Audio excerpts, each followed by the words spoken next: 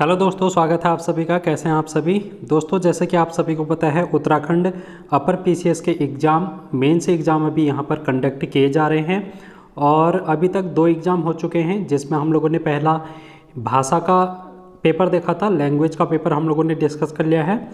आज हम बात करेंगे अब हिस्ट्री की बात। दोस्तों, हिस्ट्री के क्वेश्चन हम लोग यहाँ पर देखेंगे और महत्वपूर्ण क्वेश्चन पेपर आप लोगों के लिए रहेगा। अगर आप लोग आने वाले समय में यूकेपीएससी के अपर पीसीएस की तैयारी करना चाहते हैं तो आप लोगों के लिए क्वेश्चन पेपर इंपॉर्टेंट रहेगा, क्योंकि यहाँ से आप लोगों को एक आइडिया लगेगा कि किस तरीके का पेपर है यूकेपीएससी अपर पीसीएस में पूछता है।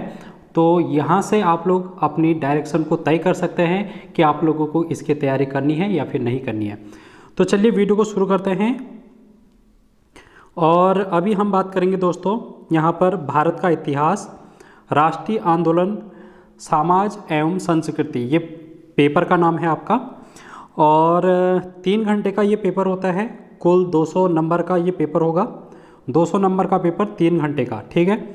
तो यहाँ पर इसको अलग अलग पार्ट में डिवाइड किया गया है। तो सबसे पहले हम पार्ट फर्स्ट देखेंगे और पार्ट फर्स्ट में आप लोगों का जो क्वेश्चन पेपर है ये 30 मार्क्स का है। 30 नंबर यहाँ पर से आप लोगों को मिलने वाले हैं। इसमें कुछ बातें लिखी हैं महत्वपूर्ण, सबसे पहले उनको देख लेते हैं। इस भाग में कुल 15 प्रश्न हैं, सभी अनिवार्य हैं। प्रत्येक प्रश्न के लिए 2 अंक निर्धारित है। उत्तर सीमा 20 शब्द। यहाँ पर पार्ट फर्स्ट में 15 क्वेश्चन हैं और सभी के सभी कंपलसरी हैं, आप एक भी क्वेश्चन नहीं छोड़ सकते। और सभी क्वेश्चन के लिए 2-2 नंबर यहाँ पर दिए जाएंगे। और आप लोगों को जो आंसर लिखना है वो वर्ड लिमिट आपकी होनी चाहिए 20 वर्ड। तो ये है जो कि आप लोगों को सबसे पहले इसकी डायरेक्शन पता होनी चाहिए क्वेश्चन पेपर की। अब हम बात करते हैं एक एक करके सारे क्वेश्चन। क्या भारत का पाषाण कालीन मानव अग्नि का प्रयोग जानता था? व्याख्या कीजिए। शब्द सीमा है 20। 2 नंबर का ये क्वेश्चन है। तो यहाँ पर लगभग 3-4 लाइन में आप लोगों को आंसर लिख के कंप्लीट कर देना है। लगभग ढाई लाइन, कम से कम 2.5 लाइन। और अगला क्वेश्चन है, नंद वंश का किन कारणों से पतन हुआ? तीसरा क्वेश्चन है, क्या कल्हड़ की राज तरंगिणी को प्राचीन भारत का ऐतिहासिक ग्रंथ कहा जा सकता है? उत्तर सीमा 20 शब्द। नेक्स्ट क्वेश्चन है, सूफी आंदोलन क्या था? What was the Sufi movement? Next question, गुलाम वंश का वास्तविक संस्थापक कौन था? तो ये सभी अभी हम बात कर रहे हैं 2-2 नंबर वाले क्वेश्चन। टोटल 15 क्वेश्चन हैं स्टार्टिंग के। बलबन की सिजदा और पाइबोस नीति क्या थी? इसके बारे में आप लोगों को 20 शब्द में लिखना है। नेक्स्ट क्वेश्चन है, चिश्तिया सिलसिला भारत में सर्वाधिक लोकप्रिय क्यों हुआ? व्याख्या कीजिए। नेक्स्ट क्वेश्चन है, मोहम्मद गौरी के चरित्र एवं व्यक्तित्व का मूल्यांकन एवं इतिहास में उसके स्थान की व्याख्या कीजिए। उत्तर सीमा 20 शब्द। नेक्स्ट क्वेश्चन है, तैमूर के भारत पर आक्रमण की व्याख्या कीजिए। उसके आक्रमण का क्या प्रभाव पड़ा? नेक्स्ट क्वेश्चन देखेंगे 10th क्वेश्चन, 1200 से 1526 के मध्य सल्तनत काल में भारत की सामाजिक आर्थिक दशा का व्याख्या कीजिए। अगला क्वेश्चन है, बाबर की आत्मकथा पर एक संक्षिप्त लेख लिखिए। नेक्स्ट क्वेश्चन है, शिवाजी द्वारा राष्ट्र उत्थान हेतु किए गए योगदान की व्याख्या कीजिए। 13वां क्वेश्चन, सिराजुद्दौला के पतन का प्रमुख कारण क्या था? नेक्स्ट क्वेश्चन है, खिलाफत आंदोलन एवं उसके राजनीतिक महत्व पर प्रकाश डालिए। नेक्स्ट क्वेश्चन है, right a short notes on डोला पालकी मूवमेंट। डोला पालकी आंदोलन पर एक संक्षिप्त लेख लिखे। तो ये क्वेश्चन पेपर में पहला पार्ट है जो कि कंप्लीट हो चुका है। 15 क्वेश्चन इसमें पूछे गए थे। वर्ड लिमिट थी 20 शब्द की और प्रत्येक क्वेश्चन था 2-2 नंबर का। अब हम बात करेंगे पार्ट सेकंड की, जिसमें आप लोगों को 50 अंक है जो कि देखने को मिलेंगे। इसमें हम महत्वपूर्ण बातों को देख लेते हैं। इस भाग में कुल 10 प्रश्न हैं। सभी प्रश्न अनिवार्य हैं। प्रत्येक प्रश्न के लिए 5 अंक निर्धारित किया गया है। उत्तर की सीमा 50 शब्द की होनी चाहिए। फिर से समझ लो, 10 क्वेश्चन इस पार्ट सेकंड में हैं। सभी प्रश्न अनिवार्य हैं। 5 नंबर के सभी क्वेश्चन होंगे और वर्ड लिमिट आप लोगों की जो शब्द सीमा होगी लिखने की वो 50 शब्द होनी चाहिए। तो ये क्राइटेरिया है। अब हम देखते हैं क्वेश्चनों को। 16वां क्वेश्चन है, क्या पुराणों को आधार मानकर प्राचीन भारत के भूगोल का अध्ययन किया जा सकता है? चंद्रगुप्त मौर्य ने अपने वंश की स्थापना कैसे की, इसके बारे में आप लोगों को बताना है। क्या इंडो बैक्ट्रियन राजाओं ने अत्यधिक संख्या में अपनी मुद्राएं जारी की? उत्तर सीमा 50 शब्द। सल्तनत काल के किन 2 शासकों ने सबसे ज़्यादा मंगोलों के आक्रमण का सामना किया? विवरण दें। 20वां क्वेश्चन आपके सामने है दोस्तों, अरबों के आक्रमण के समय भारत की सामाजिक, राजनीतिक, आर्थिक और धार्मिक दशा का व्याख्या कीजिए। शब्द सीमा 50 शब्द। नेक्स्ट क्वेश्चन है, फिरोज तुगलक के सैन्य एवं प्रशासनिक सुधारों का आलोचनात्मक मूल्यांकन कीजिए। नेक्स्ट क्वेश्चन है, विजयनगर एवं बहमनी साम्राज्यों के मध्य विवादों के मुख्य कारण क्या थे? उत्तर सीमा 50 शब्द में आप लोगों को इसका आंसर लिखना है। नेक्स्ट क्वेश्चन है 23rd, उन परिस्थितियों का वर्णन करें जिन्होंने हुमायूं को चौसा के पश्चात शक्तिहीन किया। क्या उन्हें नियंत्रित करने की संभावना थी? ये क्वेश्चन आप लोगों को बताना है। नेक्स्ट क्वेश्चन है, उत्तराखंड का चिपको आंदोलन की जननी गौरा देवी पर प्रकाश डालिए। 50 शब्द सीमा में आप लोगों को लिखना है। नेक्स्ट क्वेश्चन है, उत्तराखंड के एक पृथक राज्य हेतु आंदोलन के तात्कालीन एवं दीर्घकालीन परिणाम क्या थे? तो ये 25 क्वेश्चन हो चुके हैं। पार्ट 2 भी हमारा यहाँ पर कंप्लीट हो चुका है।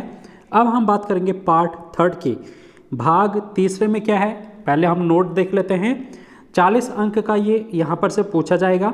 कुल 7 प्रश्न हैं। अभ्यर्थी किन्हीं 5 प्रश्नों का उत्तर दें, यानी कि यहाँ पर आप लोग 2 क्वेश्चन को छोड़ सकते हैं। किन्हीं 5 क्वेश्चन को आप लोगों ने आंसर करना है। प्रत्येक प्रश्न के लिए 8 अंक निर्धारित हैं, यानी कि हर एक प्रश्न 5 क्वेश्चन होंगे, 8 नंबर का, यानी कि कुल 40 नंबर। और उत्तर की सीमा आपकी होनी चाहिए शब्द सीमा 125 शब्द। 125 शब्द का मतलब है दोस्तों 12 से 13 लाइन। हर एक लाइन में लगभग 8 से 10 वर्ड होने चाहिए और 10 से 12 या 15 लाइन भी आप लोग लिख सकते हैं। तो यहाँ पर ये होगी डायरेक्शन। अब हम बात करेंगे एक एक करके क्वेश्चन की। ऋग्वैदिक और उत्तर वैदिक काल की संक्षिप्त में तुलना कीजिए। उत्तर सीमा है 125 शब्द, यानी कि यहाँ पर उत्तर वैदिक काल और ऋग्वैदिक काल में आप लोगों को क्या करना है, कंपेयर करना है। अगला क्वेश्चन है, बौद्ध धर्म के पतन के क्या कारण थे? व्याख्या कीजिए। नेक्स्ट क्वेश्चन है, कौटिल्य के अर्थशास्त्र का संबंध मौर्य काल से अवश्य रहा, परंतु इसका विषय क्या था? तो इसकी उत्तर सीमा 125 में आप लोगों ने लिखनी है। नेक्स्ट क्वेश्चन है, पानीपत के युद्ध में इब्राहिम लोदी की पराजय के क्या कारण थे?